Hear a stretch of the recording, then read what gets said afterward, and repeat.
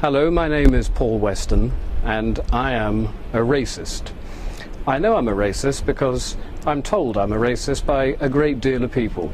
The hard left think I'm a racist, the Labour Party thinks I'm a racist, Conservatives think I'm a racist, Liberal Democrats think I'm a racist, the BBC thinks I'm a racist, so I must therefore be a racist. Why am I a racist? It's very simple. I wish to preserve the culture of my country. I wish to preserve the people of my country. And in doing so, that makes me a designated racist in today's society.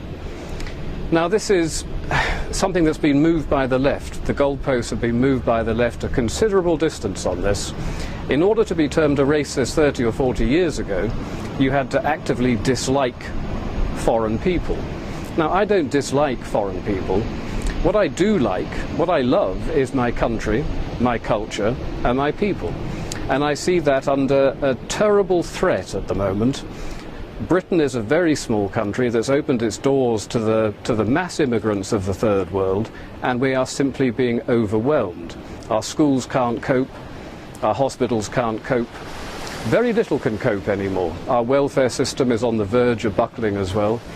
So if I want to defend what I grew up in, what I was born into, my country, my British culture, my heritage and my history, I am apparently, according to absolutely everybody today, a racist.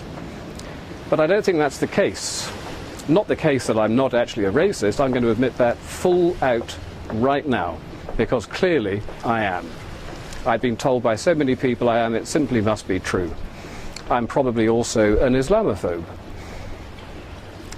A phobia is an irrational fear of something. Now, I don't have an irrational fear of Islam. I look around the world today at Syria at the moment, where almost 100,000 people have been killed in the last 2 years, where Shia Muslims are slaughtering Sunni Muslims and vice versa. I look at places like Indonesia and Egypt and China and the Philippines. Everywhere you look, you see problems with Islam, and they're violent. They are, dare I say it, to really reinforce my racist credentials, a thoroughly savage political and religious ideology.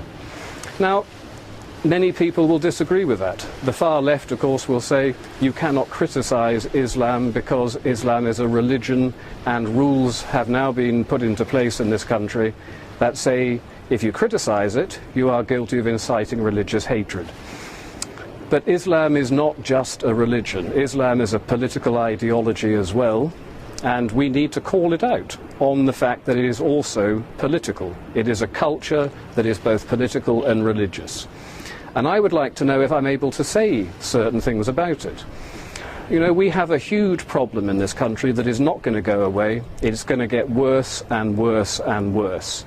We as a people are declining as a demographic, and the Islamic population is growing 9 times faster than any other. And when I look to the future, I see a full-blown religious civil war occurring in this country.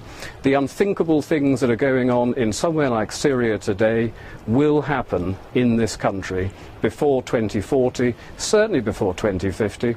And I don't want Britain to turn into a country like that. So I'm going to denounce Islam as a backward, savage political and religious ideology.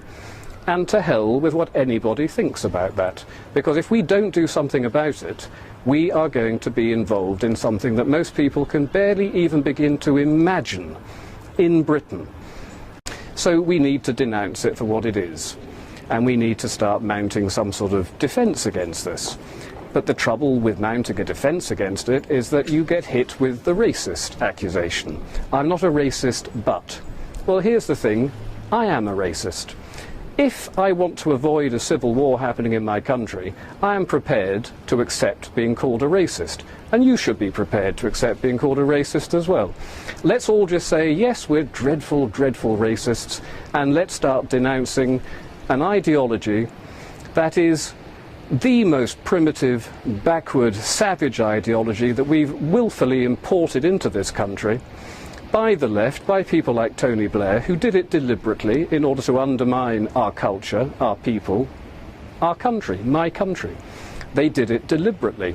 And then they said, you're not allowed to actually argue with us about this. Well, I'm arguing with you about this, Mr. Blair, and I'll tell you something. You denounced, you repealed the treason law shortly after you came into power. I think you committed treason, Mr. Blair. I think you committed treason when you said we are going to import the third world in order to rub the noses of the right in diversity. To me, that's treason. Your principal duty is to uphold the best interests of the people of this country. The idea that you deliberately set out to undermine us and to subvert us is an act that's criminal. It doesn't matter that you repealed the laws. Those laws can be brought back. And one day, Mr. Blair, you will be tried for treason, along with the rest of your cabinet and every single high-ranking Labour politician that allowed this criminal act to happen. And I'm going to tell you this. It doesn't matter that you can perhaps prosecute me for racism or inciting religious hatred. I don't believe in that. I believe only in one thing: the defence of my country, the defence of my people, the defence of my culture. And everything else can just go to hell.